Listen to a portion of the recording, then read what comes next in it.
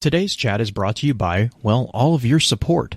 Through the patronage you provide the Focus Fire chat team through Podbean's crowdfunding, we are able to provide you with the weekly podcast as well as the website and other aspects of Focus Fire chat. If you have any interest in becoming a patron of the FFC, please be sure to visit our website and click on the support link. Even a single dollar helps, and for those of you who are already patrons, thank you again for your generosity. You may have heard the whispers of guardians gathering in the shadows, exploring the mysteries of this world and the worlds which surround us. We are all in search of truth. Sometimes we need to focus that search. Focus that fire. And so we come together. Welcome to Focused Fire Chat. Welcome to Focus Fire Chat, recorded live on May 1st, 2020 over on twitch.tv/FocusFireChat. As always, want to give a big shout out to our live chat here with us tonight. Thank you so much for joining us once again. This week's episodes are going to be focused around exploring NPC dialogue in game worlds. And this particular episode will serve as what we have come to call the intro session of the week's exploration. Before we go any further, however, let's run through a quick introduction of who we have with us on the show. As always, this is your host, Blue Crew 86. And this is Titan Pilot, Green-Eyed Music Lover. I may have picked up Titanfall the other day. Which one? Titanfall 1 or 2? 2. I did like half of the introduction thing where you're like doing the gauntlet, and then Cole's like, let's go play a private match. I was like, okay, I don't know how to run a Titan. I'm just going to make it run around for me. And so played some matches with her today, and yeah, Titanfall didn't do 2, too bad. That story is amazing. I've heard. I mean, we did that. The AI that they have is just a great story in Titanfall. They knocked it out of the park as far as I am concerned. But last but definitely not least, in the hot seat as guest co-hosts, we have our good friends InferMage and SirenaBesos. Josh and Morgan, how are you guys doing tonight? Morgan, how are you doing tonight? Well, I'm energetic for some odd reason, so nice. Just weird energy going into this into this chat. Perfect. Josh, how's the rum levels over there? Not too bad. Doing pretty well. It's not gone? It's not gone. Well, I know you guys have both been on the show before, but real quick, Morgan, can you give us just a real quick reminder of where we can find you out on the internet? You can find me on Twitter and Instagram at SirenaBesos. That's SirenaBesos. Perfect. And there you can find my podcast and all that jazz. Yes, awesome. And we'll definitely get the links in the show notes like we did last time. Josh, what about you? Where can we stalk you on the internet? Well, don't. Do it. But so I do some posts on the Lore Network, and I'm at InferMage on Twitter. Nice. Green, do you have any crazy questions? I just kind of curious about the D&D campaign that we were talking about last time, and if any major developments have happened since the last time we recorded together. Have you guys had another session and everything, or Serena? For Josh's D&D game that we have, or yeah, you kind of talked about it a little bit last time. I was just curious if you guys had any major breakthroughs in your guys' story. Not really. We kind of been on hiatus just because it's hard to play online with our group. And then like we did try to use Tabletop Simulator for a table like battle thing, and got finicky and weird real quick. Okay. It's like super fun to flick tiles and things.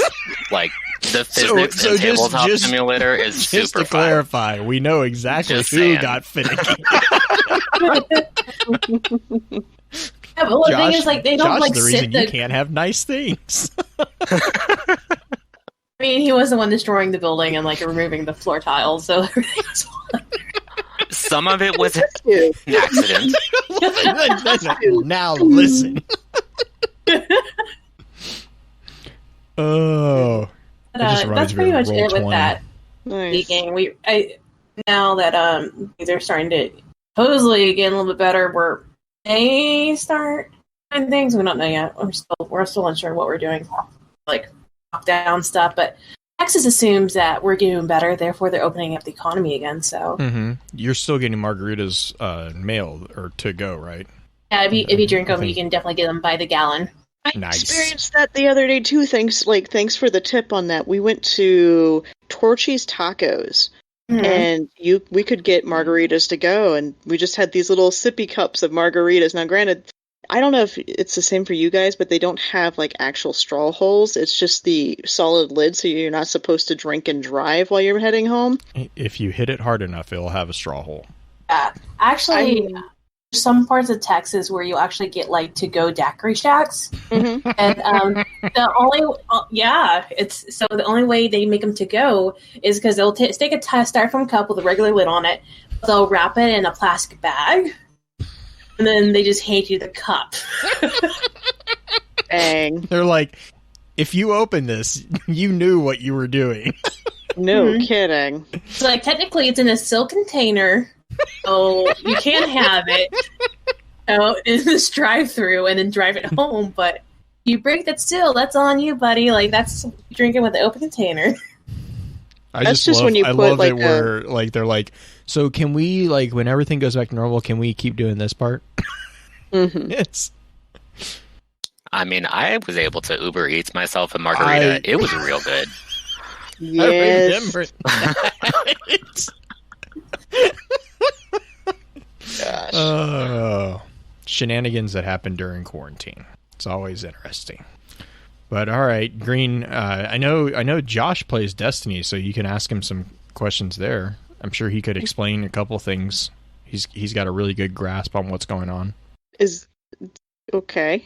I thought we were talking about dialogue and stuff like that. We can talk about that too. I just want to. We can. We can talk about all the things. We can talk about all the things. We can talk about Ted and Tom and tomatoes and potatoes. Team Ted and Team Tom. Hashtag. How are the potatoes and tomatoes over under rates going? I know they're not turnips, but I mean, I think the last time we left Ted and Tom, one of them had married the other's sister. That was an assassin. Oh yeah, yeah, the sister assassin. Oh my gosh. Now, I guess the first question I would ask, if you were talking about like dialogue, and we're joking about Ted and Tom, but if they were real characters, how much like dialogue would you give them in relation to your players? Would you make them a fairly dynamic type character, or would you really just kind of make it, oh, you only have the information I'm supposed to give you kind of thing, and just the mail carrier?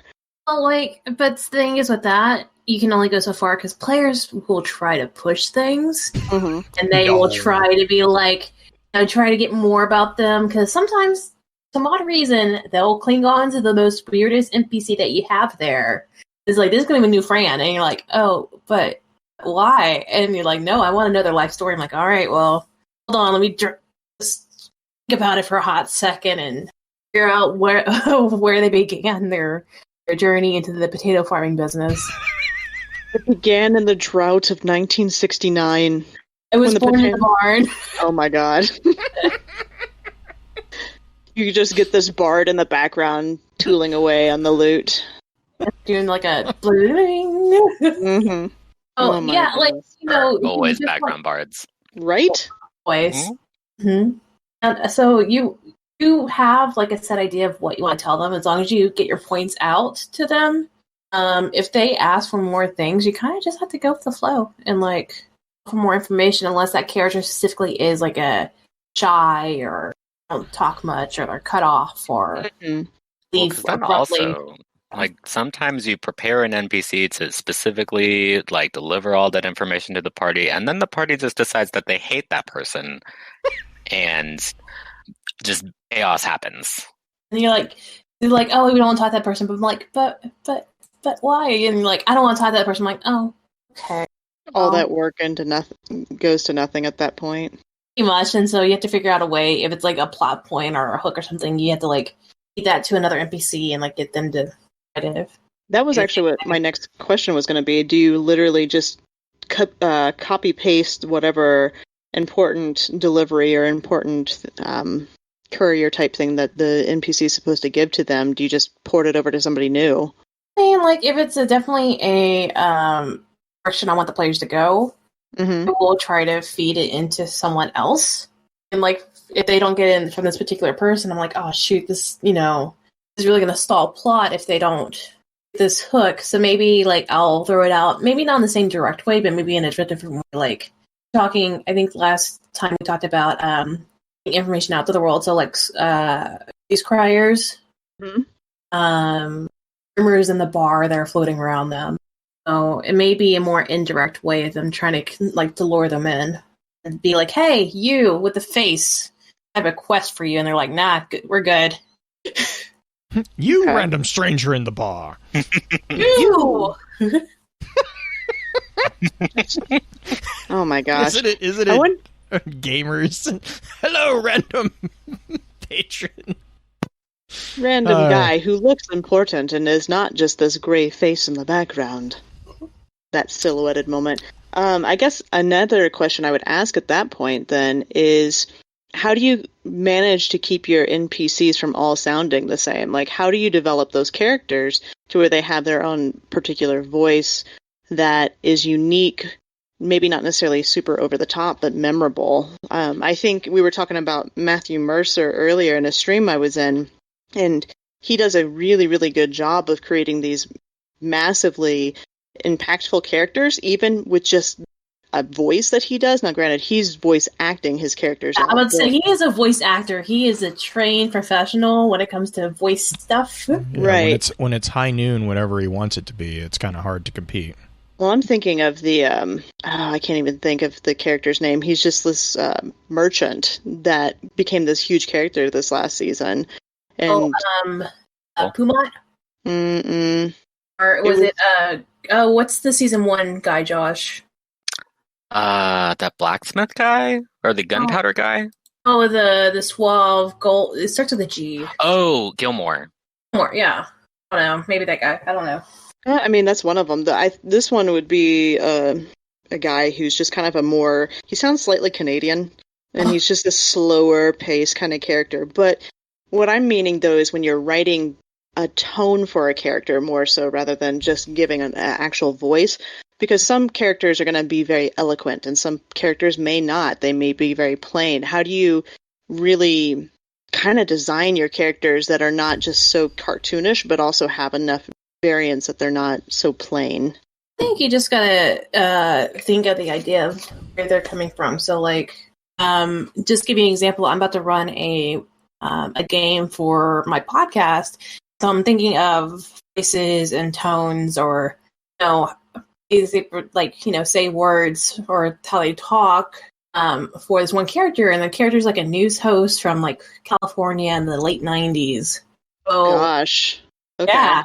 Well, I'm just thinking, like, so with her, she's going to have to be, like, loud and, like, probably sits up with her shoulders back. So it's not just the voice itself, but I also get into a body position. We had a lot, and Mercer also does that whenever you do watch him and stuff. But body positioning really helps not only, like, project your voice and, like, how you want to be perceived. Also helps you, like, get into the mindset of the character. With her, for example, it would be, like, more like I'm sitting up and, like, I have to project. So, like, good morning, Rosedale, or something. Where you have to get your voice where it's clear and precise. Or, I played a character or NPC that was chief of police for this one, like, superhero game. So it was the dad of one of the players. So I had to be, like, this gruff guy who's a little short and, like, with his words and, like, I love you, kid, but you gotta go away, like, sort of situation. Josh, do you have any moments like that or characters like that? I don't know. I think with games that I've run, like, I've had the problem where a lot of my players would not trust the people that I threw at them for whatever reason. I don't know why. I don't know why. I have no idea what you're talking about. Story time. I have no idea what he's talking about. We always trusted everything that Josh did. I want to know why. I don't know. I really don't. I'm very trustworthy all the time. All right, so Josh runs a warlock, and let's see, what happened with the plant life that was the choice between the party member and there was that one time. That was me as a player, though. That's a different thing. To be fair, Josh, I never played with you as a DM, so I can't say anything. Yeah, exactly. As a player, though. Oh God. I just have to give out this one story real quick. Yeah, do it.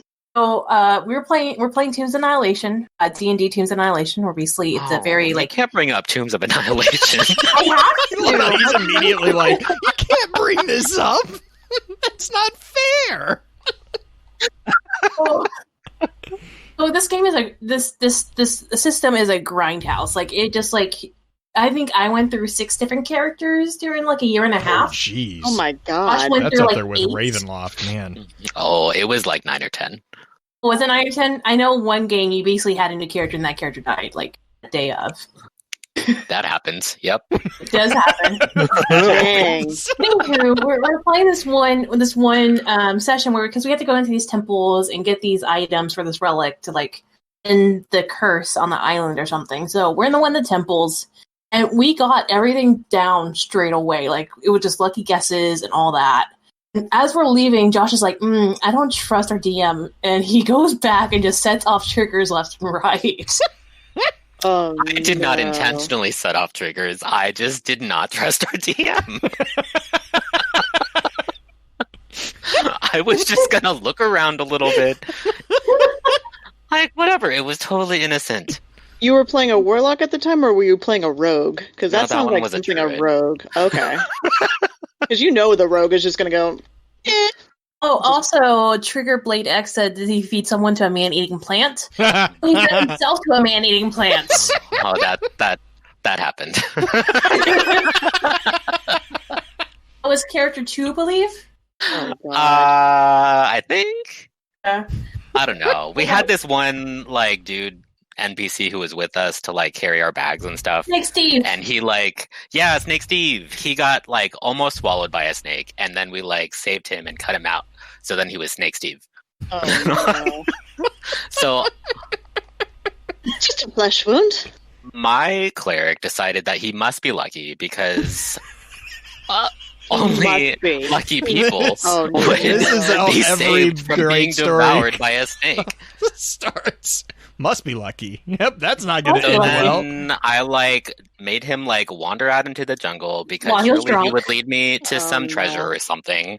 And then I love how Grange is in the background. Oh no! No, what like just those moments where you're like, God, you.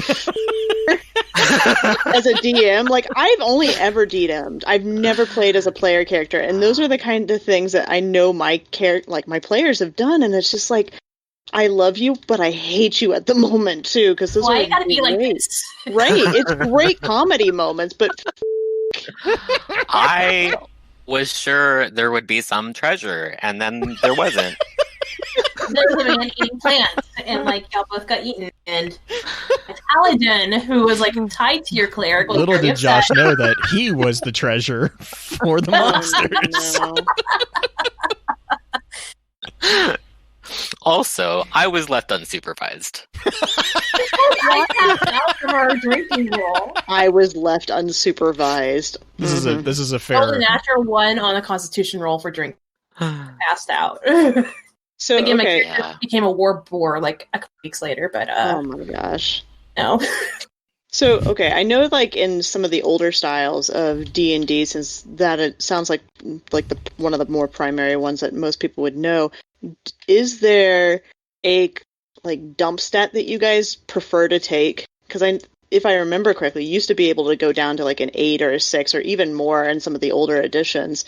Was there something that was your favorite to be like, I'm going to make this a weakness and just everybody hates you because you're the one who ends up triggering that one thing or just can't do the other thing? For our Tombs game, I think all of our dump stats were intelligence. Really? Oh, yeah. I think the highest I got was a 10. I'm not even surprised about this. Why is that a good idea? I love how there's like no question from Josh. Yeah. It's true. They were all dumb. Yeah. Usually I play int casters, but that time someone else was playing the wizard. Well, had a wizard that one time, and then he died for unrelated reasons. But so the rest of us, that was me. Yep. Mm-hmm. Wow. Okay. I don't know how to follow that up without. I mean, Blue tag. You're it. He's like, I'm out of here. I love how she's just like, I don't what? Like I've seen people who will like dump stat in strength and dump stat in a lot of other things, but just intelligence seems like one that you would want to keep, especially if you're running like obviously a mage type. But I'm sure that Toons wasn't necessarily a mage. I don't know. Like I played a lot. Like in Tombs, I played a lot of non-wizards. Played a lot of healers, I think. Yeah. Yeah, you actually did, because... I had... My wisdom was awesome, FYI. Oh, yeah. Wisdom was great for all of our characters. Intelligence? Man, I mean, okay. you were playing... That's like, yeah, no, I'm right there with you.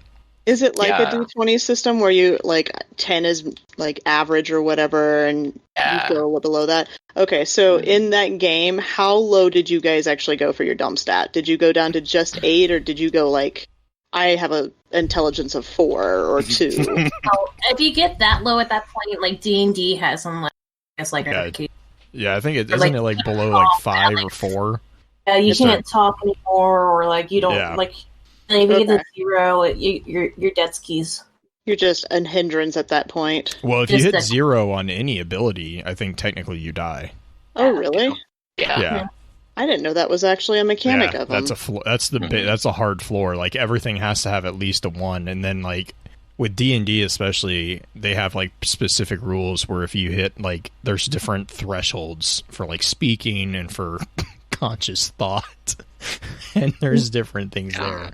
I mean, if you view 10 as the average, there's quite a bit of flex room from 10 to 0, to be honest. Oh, sure. I think we had like one of our rounds with whatever combination of characters we had at the time. One of our other friends was playing. Was she a ranger?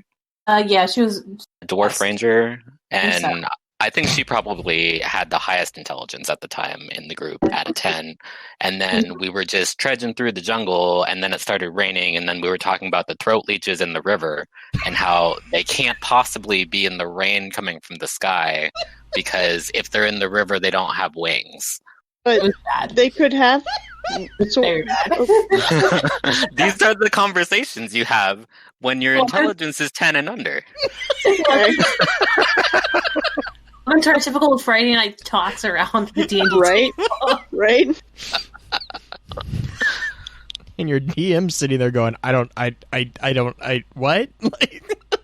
If you have an experienced DM, good on them for being able to roll with that kind of stuff. It's just shenanigans left and right. That's what I swear D&D is. D&D is, oh man, just any role play is just like, how far can we push this person's sanity? Mm-hmm. Although running these games, I feel like that conversation happened right before Snake Steve got eaten by that snake. I think it was. Wait, Snake Steve got eaten by a snake? Yeah, that's how he got named Snake Steve. Oh my god. Yeah, when he became Snake Steve. But I thought he had also... Oh god, okay. Because he didn't die then. That's why he was lucky. Oh my gosh. He was just background Steve before. Oh my this is gosh. like, one of our carriers, Steve. Mm-hmm. Like, we had them all named, but Steve's the only one we get to care about that point. But we forgot all the other names. They didn't matter. I think one was like... We're in Snake Steve. Carry this. I don't know. It reminds me of like Blue's story about having the guys was a companion in the bag of holding. Yeah, and we stole his animal companion and tricked it into the bag of holding that he carried. He was very upset with us when he finally did kind of figure all that out. We were like, he was alive. He was alive, and he was close to you, so you were still getting benefits. We don't understand why you're upset. It's like, it's the best of both worlds. We fed him, kind of. Oh dear. Mm-hmm. Now, Blue, I'm gonna let you take the lead on this one for a little bit, because I'm just sitting here thinking, I'm going through like stories of like characters that I know of that people have created and whatnot, but creating a character's voice is not necessarily a strong suit.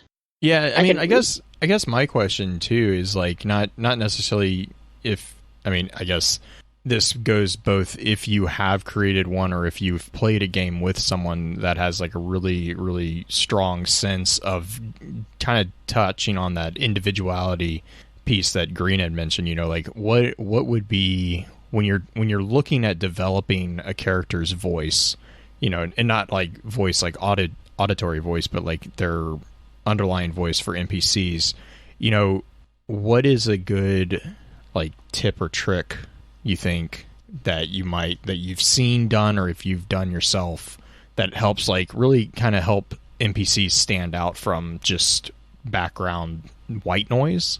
Like, do you guys have anything that comes to the top of your mind with that?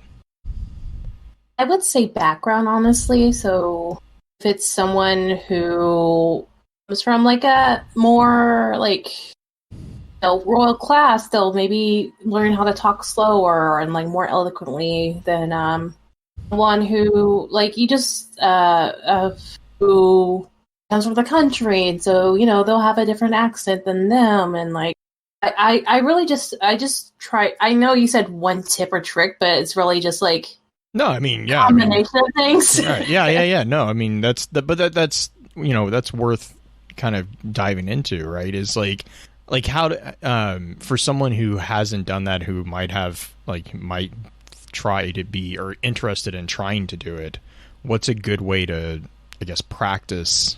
How did you get to a point where you felt comfortable doing that? 15 years of LARPing. So just basically doing it, like just jumping in and doing it. Yeah, just getting in there and either acting, improv, playing games, and then like having various types of characters that you make different voices for. Mm-hmm. That really helps out a lot, because you'll be like, okay, my character for one game I'm playing currently is a War Domain Paladin. So she's a lot rougher with her words. Her voice is a little bit deeper, just because a War Domain Paladin. No, I was like, oh no, she's a cleric. Damn it. This is why we have Josh. Fact check right here. Mm-hmm. The joke is that they call her a paladin because she's a War Domain cleric. Oh, so okay. And then oh no. And I'm just confused because I know she has like 7 clerics. Josh is just like, no, I'm just lost at this point. Look, I like clerics, okay? Look. 3P support. I mean, you probably find yourself gravitating towards a particular class as far as playability. Is cleric going to be yours? Like, Josh, what would yours be then? I mean, well, traditionally I've done wizards, but like, I don't know, the last couple of years I think I ever seen you play a wizard. Yeah, it's been a while. I mean, Bard was super fun, and I will totally go back to Bard, but like... Oh god, Bard. Classically, it's been wizard. Blue? I generally go with rogues or monks. Okay. Mostly it's because of the versatility for skills more than anything. So mine is usually tends to be because of actual functionality more than, I don't know. But Green, I'm also a person that's happy to play human, so because you get extra stuff. Mm-hmm. What was that? You said you used to run games, but if you wanted to play, like, what was your first choice class? I enjoyed ranger or rogue builds personally, which I like the versatility. I like being more of a jack of all trades with a lot of my characters, but I don't know. You should try a bard. That's okay. So when you said my bards are fun, my brain went immediately to whom? Like who? Like I've heard so many freaking horror stories about bards just getting everything into trouble. Like, she's not wrong. I mean, my bard was the primary healer for the party, so I was very important. Necessity. I know this thing. When you are oh my gosh, that's so funny though. Yeah, so they have fun with me or they die. You have to play with me, guys. I am literally the only thing keeping you alive. No, don't talk about that potion. There's no need for that potion. It costs too much money. Just come here. Just give me a drink. Let's get a drink, and then let's go fix things. Mm-hmm. Fixing meaning find the nearest tavern again, and maybe a brothel or two, depending on the characters and whatnot. Freeport didn't need brothels. Freeport was a brothel. I don't know what you're talking about. That's funny. Do you have any notorious characters that you guys really, really enjoyed? Like either anybody, just favorite characters you've ever played that you're like, I could go back and like live in that person's head for a little while because just fun. I have this character that I was playing in a game before all this happened, and it's another cleric, but it's a nature domain cleric who has a very low charisma stat. Wait, so, how? Because she's very shy and awkward around people, but when talking to plants and animals, she's a-okay. Okay, her best friends. She's a tree hugger, but actually can do stuff with them. Mm-hmm. So like. Everybody thought she was a druid, but she's like, no, I'm a cleric. But the thing is, they push like we be in like cities and stuff and social situations. She's like, I'm good. Okay, bye, and she just leaves. Oh, jeez. Were there any situations that your DM put you in specifically to test that weakness or whatever that struggle for your character? She had a wood elf hitting on her. Oh gosh, hard, and she was just like an awkward bean the whole time. Like, just like think Tina from Bob's Burgers. Like, oh god. Like, okay, okay. I don't want to be here. Mm-hmm. I don't want to be here. I had fun as a player. I had a blast, but the character herself. Helpful, and once she like gets to know her party, she's very like open with them. But as soon as someone else comes into the mix, she's like, How long did it take her to actually warm up to the party then, or was this a pre-established party? It wasn't a pre-established party, but it took her. I'd say the first game, just because I didn't want to like on her being awkward with the crew for too long, because. It makes it hard for a party. Also, it makes it harder, not only for her and the DM and the rest of the party, it just gets old. Yeah. It's like the idea of, like, whenever you, like, bring something new that's, like, mind-blowing, you have that mind-blowing moment, and you move on. Don't, like, sit on it and just keep ruminating, because it gets boring and old from a spectator perspective. That's fair. Yes, this thing happened. Okay, let's do the thing.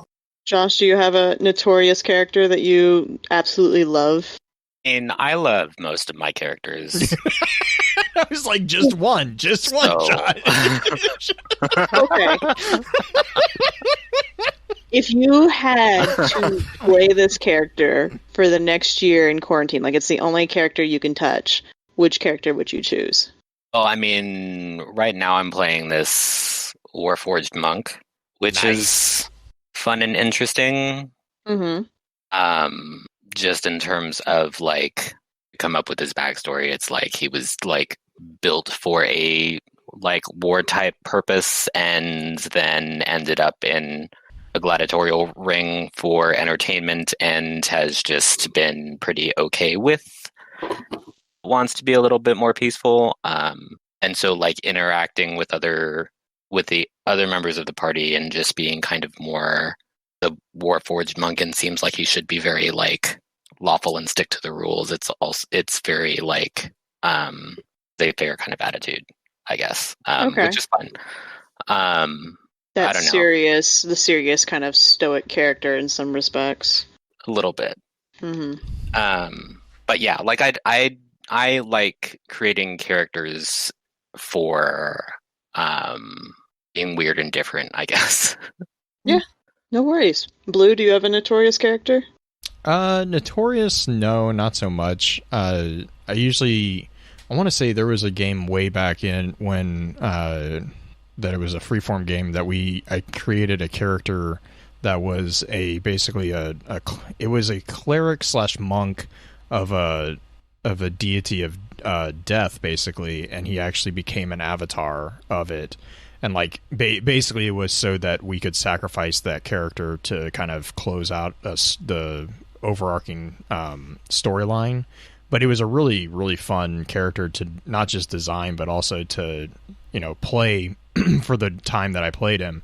And that was probably, that's honestly been one of my go-to characters when when you start talking about stuff like, modeling NPCs off of and stuff like that. Like the whole, just because it was really fun to play, and a lot of the other players, it was on a play-by-post forum, but a lot of the other characters that were involved actually really appreciated like the way that we wrote him into the storyline, because it basically allowed us to close up one of those situations where it's like, oh yeah, this got really bad really fast, and there's no way that we're going to fix this really. And so without like sacrificing a player character, and so we used him basically to kind of get out of that situation, which was, like I said, it was an interesting solution to the problem. But yeah, no, that's the one that comes immediately to mind for me, at least. Have any of your characters come back, like after they've died, their legend or whatever? Has your DM been able to write them back into the story a little bit if that campaign continues, or maybe not necessarily make them a huge deal? We don't need like any statue of Jane or anything like that, but something just no. Although that is one of my favorite episodes. But is there any sort of memento to any of your characters that has lasted past the characters' lives? I know what we used to do back when we played D&D was whenever we would have, like, we always played like long lasting campaigns. And as a rule, what we'd always do to keep things interesting was once our characters hit level 20, we would retire them basically, but we would use them as mentors for our new characters. So basically, they would graduate into an NPC status, but still be present in the game world as basically instructors for the new, generation or what have you of characters. And that was always fun, because it let us still, they were still present, and it also gave us the opportunity to get a fresh, a new face basically to play as. Mm-hmm. Makes sense. So if you were to write a new character today, would you pick something that would be your same thing as normal, like your favorite style, or would you go into something totally different? This is kind of a question for all of you guys.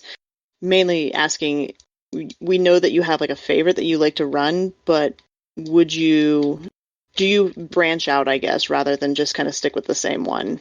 Yeah, Morgan, what kind of cleric domain are you going to pick this time? I think I've played them all, thank you, at this point.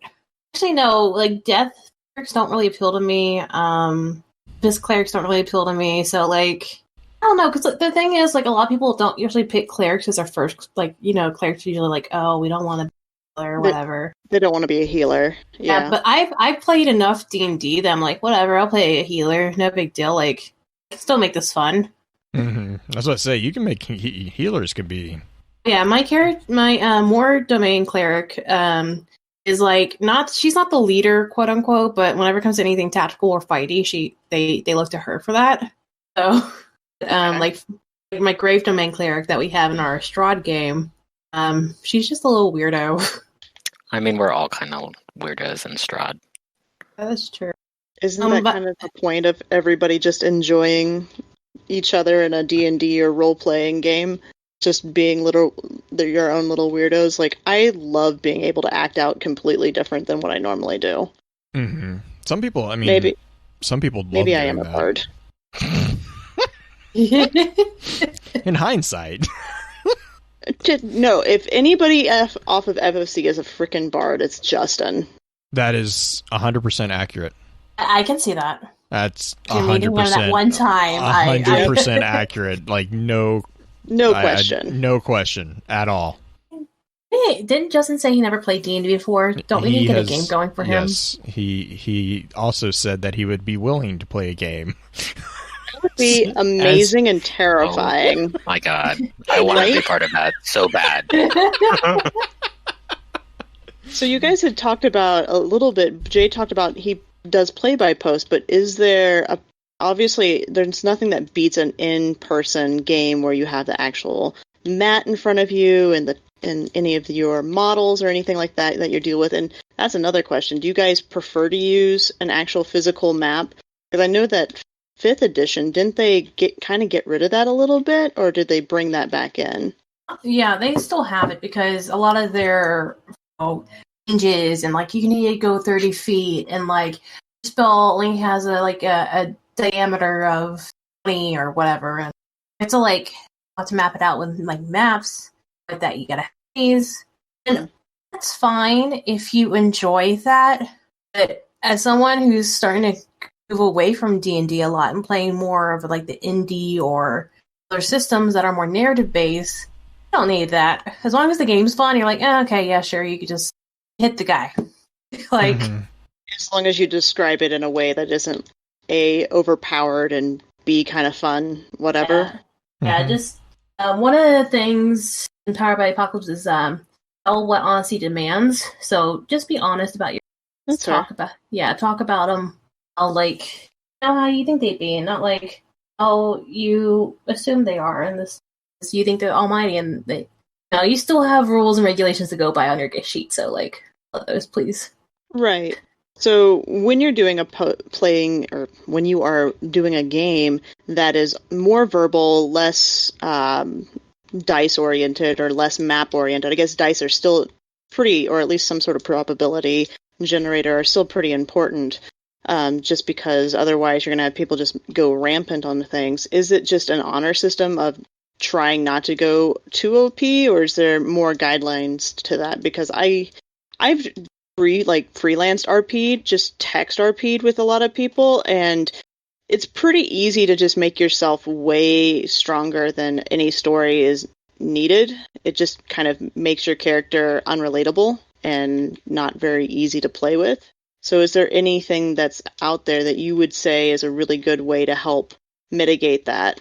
Well, I know the games I play, like Powered by Apocalypse, for example, everybody gets a playbook, which means that your character sheet is on 2 pages, and your stats, or there's only 4 stats that you really have, and you can choose and then depending on which type of game that's in that system, choose what numbers each stat has, and there's chosen numbers that you pick. Or you have 2 sets and you pick one or the other. You circle 2 moves, or like 2 powers that your character has, and then everybody has moves. And then with that, they have these 2 special moves that go along with that playbook. So it does balance each other out in that aspect where this is what the sheet says. You can use all these base moves, and you have 2 specific moves to your character. So just I think the game designers who put in place really made really good choices and a lot of balancing in there. So when it comes to us and getting our little grubby hands on it, it's actually something that's playable and not overpowered. Nice.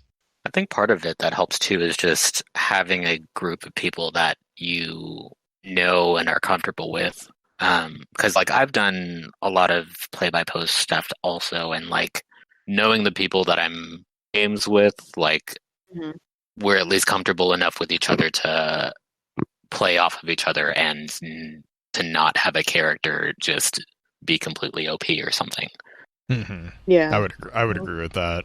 I know for us, when it tends to be also kind of going off what Josh was saying there is that's why you see a lot of times, at least for what I've seen, is once a group kind of finds a group, once people kind of find a group that they click with, they will literally bounce from game to game on, our poll is basically it's a message board play-by-post system. And literally the groups that bounce from game to game on our poll, they're really they ultimately are all part of the same group. They all kind of tend to know each other very well.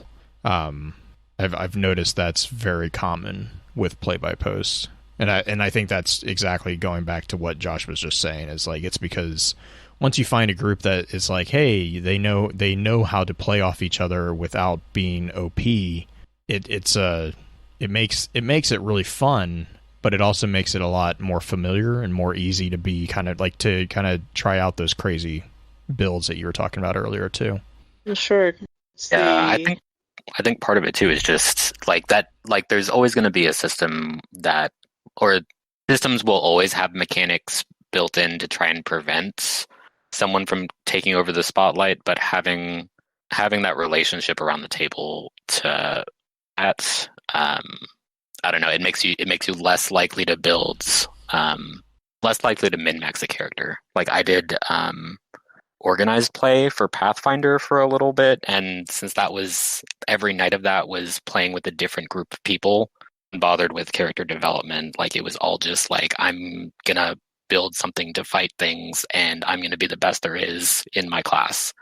So like, everyone was awful. But once you settle down with an actual party, then things start to ease up a lot more. Yeah. Just more competitive rather than cooperative. Because, Right. I mean, that's the whole point of it, right? It's the cooperative storytelling aspect. Yeah, it's really kind of weird, actually, when you say that, because it is exactly what's happening, but it's like, it's this weird competitive cooperative game where everyone is trying to... and sometimes it's not even really overt, right? It's like what Josh was just saying there. It's like, I'm going to be the best in my class, and sometimes the classes step on each other. Like, you can have, classes that are really good fighters, quote unquote, but then you have a fighter. So what's more important? That, your cleric, who's also a decent fighter, is more of a fighter, or is, it just kind of, I don't know. Well, I mean, that's kind of one of the things that you have to be really careful as a DM is how many different variances of characters you're getting into your game, because if you have multiple people fulfilling the same role, it's going to be boring for all three of them, because they're never going to be able to shine in their own way, right? Like, that's the whole point of making sure you have party diversity, is so they can shine. But then sometimes, that's when people get real creative. Oh? Yeah, or you can have, games that are specified, we're going to do an all-bard game, or an all-cleric group. Our bar that we played D&D at, the first year they did it, there was this all-bard party. They were amazing. I miss Barteritaville. How do you get Barteritaville was the anything best. done? They probably to be fair, they probably get a lot done, because they're all competing with each other. Good Lord. Yeah, you're able to find, your own niche within the same, class, for example. That's why I play so many clerics. None of them were the same at all. They're all the same class, technically. Mm-hmm. Do you have played the exact same builds within that same class, or? Not really. My Grave Domain cleric has more charismatic than my Nature Domain. My War Domain's a lot stronger than any of them. And then, for example, I made a Unity cleric, which is a new UA character. Basically, she's an anime character killing things with love and whatnot. And, she has a very high charisma. As you do. I made a gelatinous cube, go up in sparkles and hearts. So, yeah. Wait, you made a gelatinous cube do what? Blow up? So, you haven't seen that episode of Sailor Moon? I was just about to say, and the power of the moon! I mean, it's... I actually do put it on, a higher pitch of voice. All right, guys, let's go in there, and we gotta stop these things, and... Oh my God. Do it, come on! That is amazing. Just sparkles. I just want, it's just like making a unicorn just excrete rainbows at that point in my mind. I love it. Yep. So this character is a lot different from this character who's ready to fight and ready to go.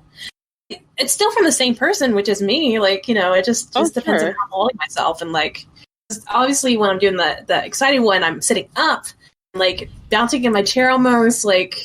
I embody the character, even if it's just a little bit. Sure. It's fun to actually act out the characters. I love acting on stage because you get to live that person for a little while, right? Obviously not to the depths of Heath Ledger did with Joker or anything like that, but you still get to act out a little bit in a totally different way. And I think that's why I enjoy LARPing a lot, is because you get to be in that character's shoes for for like an hour, 3 hours a weekend, depending on what the game itself. I mean, I imagine too that helps you like separate that space in your mind for that character, and like once you're in that physical stance, then it's like, okay, like now it's easier for me to be this person. And like, even with some other games too, you can actually put on like costumes for that character. As you're getting dressed, you're becoming that character slowly but surely. Right. You put on, like, for example, I played in a hard, like a gritty sci-fi game, and I put on my red goggles because she's from Mars, and I'm like, all right, I'm this character now, a botanist from Mars. Let's do this. Like, right. Like, it's just we talk about it in Destiny of embodying the class types, right? You have your hunters and your titans and your warlocks. They're all still people. They're all still awoken exos and humans, but I mean, some of them are people. I mean, if we really want to go down that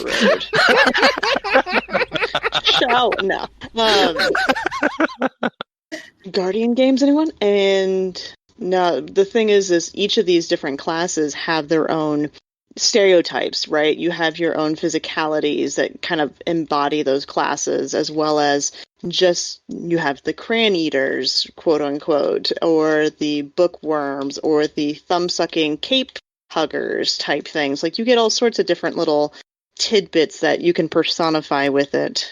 I did I just started playing Destiny like this year, but I liked that I first tried playing each of the classes like it with like a class emote and a race emote to like, I don't know. I feel like stuff like that like helps you get your mind around a little bit more.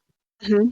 Absolutely. I think that is very much so accurate for a lot of people, just being able to dive into that character's head. And I know quite a few people personally who love to RP as their own characters in game. And have you done that with other games? Or, I mean, obviously you RP just for fun in general as just like a normal RP, but do you ever personify your characters in video games? Are you selling turnips right now on a lonely island, kind of cursing this raccoon off to the side? That does remind me. Do you need to go check your turnips? Too late. Too late for turnips right now. Is there like a time limit on those things? Like in the day, because the store closes at 10 p.m. whatever your time zone is. Oh, really? So, and the store doesn't open until 8 a.m. in the next morning, so. Oh my goodness. It's very unfortunate. It's very unfortunate. Not with Animal Crossing, just because it's like, it's cutesy and an embodiment of me, but I used to do that for, it was some sort of like MMO, so like, it gave me a reason to RP thing. Like, even whenever I play The Sims, for example, yes, these two, one's going to college. She wants to learn, however, she's got hots for teacher, like, you know. Hots for teacher. Mm. Whoa.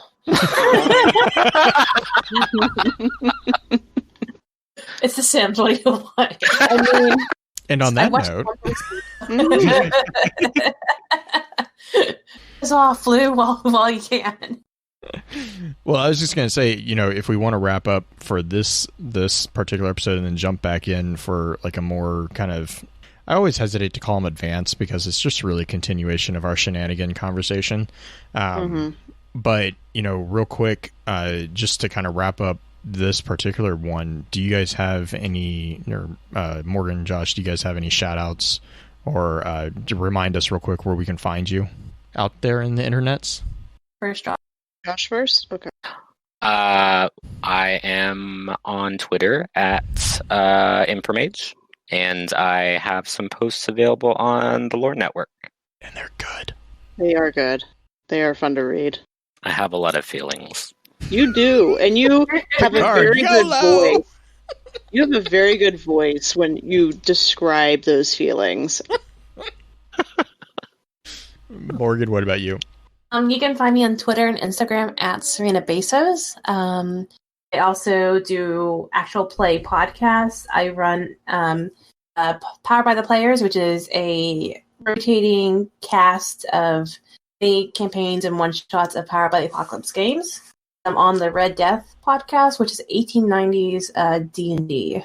1890s D&D. That's an interesting time frame. So I will explain that in our next segment, so I don't carry this on a little bit longer. Yeah, we want to talk. Well, I mean, that definitely will be. I want to talk about that because that definitely probably ties into the dialogue piece, especially.